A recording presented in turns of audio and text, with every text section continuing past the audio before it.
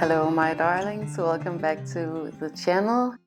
If you're new around here, my name is AM. I'm the founder of AVIUVI, and at aviuvi.com you can go and find the most amazing, spectacular and ethically sourced crystals from all over the world. I will leave a link for it in the description below. Here on the YouTube channel, what I talk about is of course lots of crystals, but it's also everyday spiritual practices that we have here in my family. Right now we are in the plant house, and the plant house is our summer house away from Copenhagen.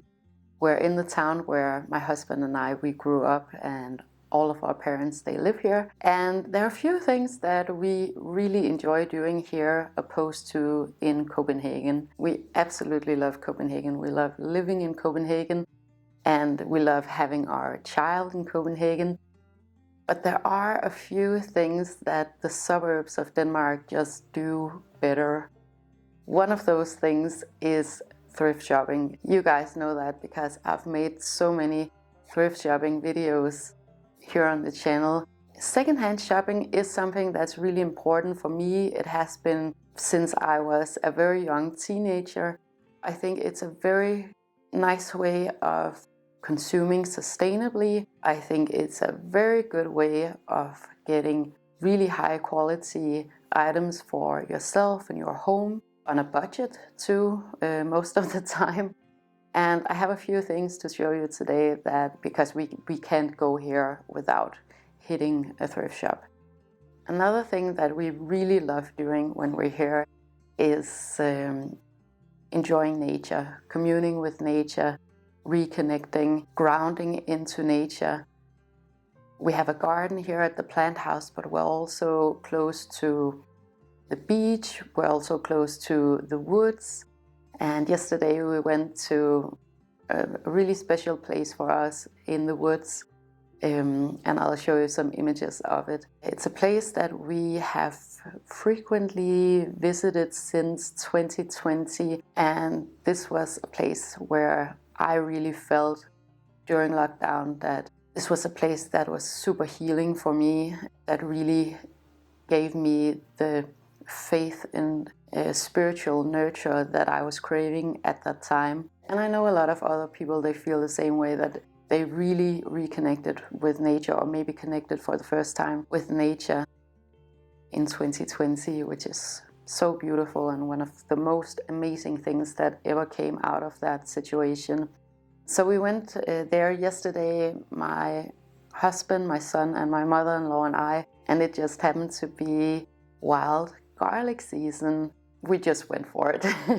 Yeah, I have quite a lot of wild garlic here that we brought home. I have to say there is more than enough for everybody. So usually there's a rule, like you may want to take 10% here or there, or 5% of a certain plant if you're out foraging. Wild garlic was just everywhere and all over the place. They're really great this time of year, like the new shoots. We had some dinner last night. I made a pasta dish with lots of wild garlic. And I think with these, I'm actually gonna try to attempt to make a pesto maybe. This is a really cool area that we went to yesterday, and it always changes every time we're there. It's a little bit dangerous to be there because the earth is constantly moving. It's irradiating, I think it's called.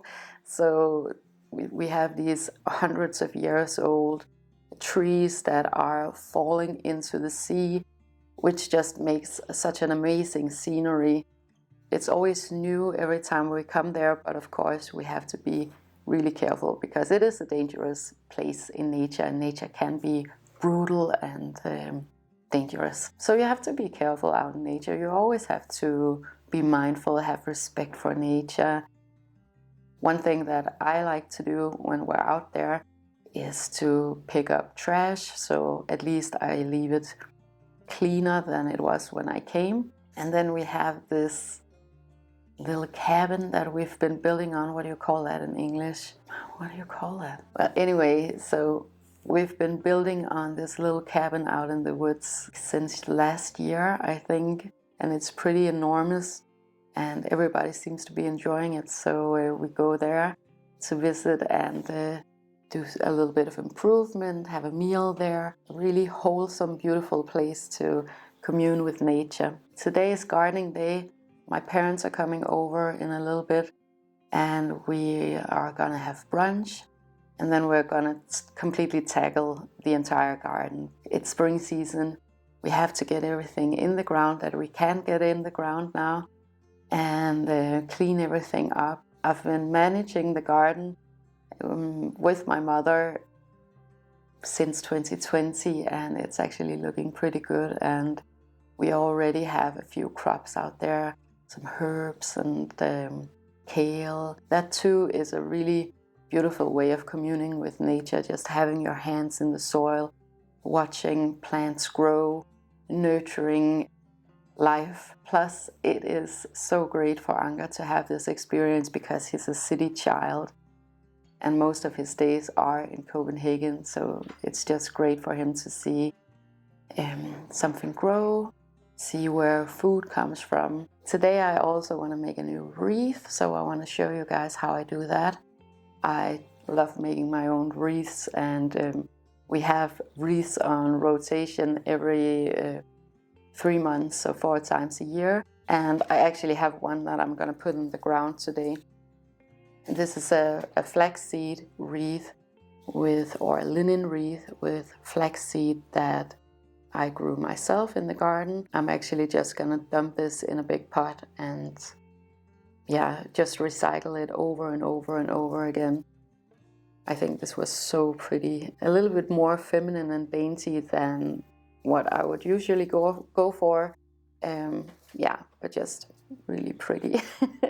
I think it's so cool because this is just natural materials. I can just put the entire thing in the ground and it can be recycled over and over again. So cool. I want to make a new wreath today because the branches are really tender right now because it's spring, so they're filled with water and they're very bendy and easy to manage. But now I'm going to show you the 3 things that I got at the Red Cross. I mean, we can't go here without hitting the thrift shops. They're just way too good. You know, what I always go for are natural materials and definitely also things that are useful for me, something that I'm gonna actually use in my home or for myself. One of the things that I found was this marble lamp right here. It came with a light bulb and everything. A really nice just marble lamp, simple marble lamp, right?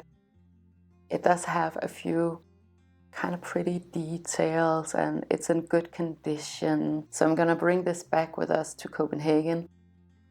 I just love having these materials around me, especially in Copenhagen, because we live so detached from nature in everyday life. It's just very important, very soothing for me to have these natural materials all around me, just to avoid all of the plastic and artificial materials as much as possible. So whenever I can find beautiful everyday items like this, I absolutely go for it. I only have 3 things to show you today, but I'm gonna give you the prices in dollars just to give you some perspective on how affordable this is too. So sustainable, affordable, high quality.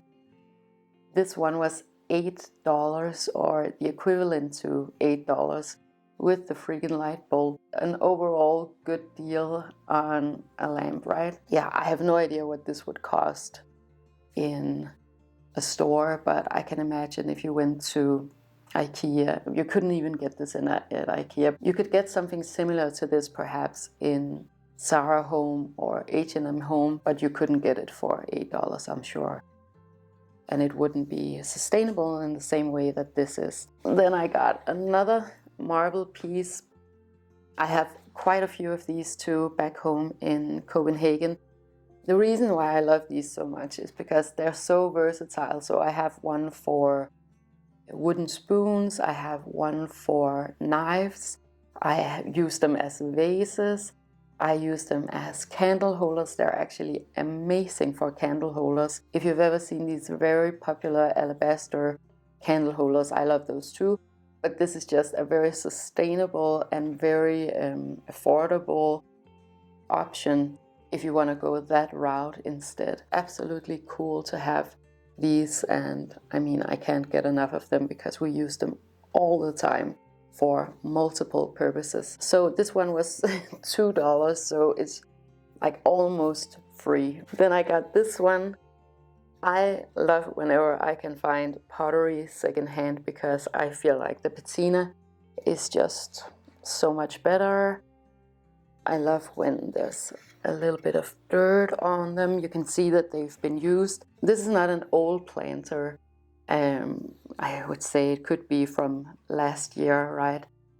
You can see it on the design, but it does kind of look like old antique pottery, and I love the color, I love the material, the texture, everything about it is so cool. So I'm gonna plant something in here today. Yeah, and it goes really well with the house here. So another great find. This one was $16, which is a little bit expensive, I guess, for Red Cross, but I mean, for a perfectly cool planter, it's the perfect price. So let's just hang out and do some gardening, do something with this wild garlic, make a wreath, and enjoy the spring. Okay, I'm making the easiest tasty spring pesto, loaded up with vitamin A, vitamin D, and iron, and so much more. So I took a handful of cashew nuts. You can use whatever nuts you have at hand. I actually really like sunflower seeds in pesto too. Then about a deciliter of sunflower seed oil, because again, that's what I had available. You can use whatever oil you prefer. A teaspoon of salt, and then lots and lots of wild garlic straight from the forest. Chop them up a little bit and put them all in a bowl with the oil, with the salt, the nuts, and blend it until it's smooth and creamy. And there you have it, a nutritious and almost free pesto with a massive kick, perfect for pasta and bread and salads. Up next is the wreath. I've made this frame where I took a piece of plywood, I drew a perfect circle using a round tray, and then hammered, I think, around 16 of the longest nails I had at hand. The first branch you simply weave in and out between the nails. The second branch you put under the first one and then weave it back up. That gives the wreath a stronger hold when it dries. Then when you get to the end of the second branch, what you do is that you weave it back under again, and then you continue like that all the way around. I've used this frame to make wreaths out of various branches, wheat, flax, and today I'm making one out of these curly hazel branches. For a wreath this size, you need about 20 branches. The easiest is to use the longest, thinnest, fresh branches because they're the most bendy. You press it down from time to time to make it more thick and more sturdy. The smaller flyaway branches can also be weaved into the wreath to make it more firm, or you can leave them out and make the wreath look a little bit more wild. When you feel like your wreath is finished, press the wreath together by tying a few knots sporadically all around the wreath. I would say drying takes a few weeks if you put it in a dry area. You really don't want to leave it outside because then it might sprout. Up next is the flaxseed wreath that we've had on our front door in Copenhagen over the winter. I decided to divide it into 2 pots, utilizing my beautiful new thrifted terracotta pot. Flax is really easy to grow actually, so you can just dump the entire thing in a pot and top it up with some soil and some well-rotten manure. The actual seeds are inside these little round pots. They are quite satisfying to pop, but it's not necessary to do for the seeds to break through. Now all there's left to do is to water well and often and let the magic happen. And that was it for today, darlings. Hope you are inspired to reconnect with nature and to go out into spring. Thank you so much for watching this video. If you enjoyed it and you would like more of this type of content, make sure to like, share, and subscribe. It helps me to know what you guys want me to talk about, and it also helps others to find this content if that is what they're looking for. As always, I want to wish you the most amazing day with so much love to you and to yours.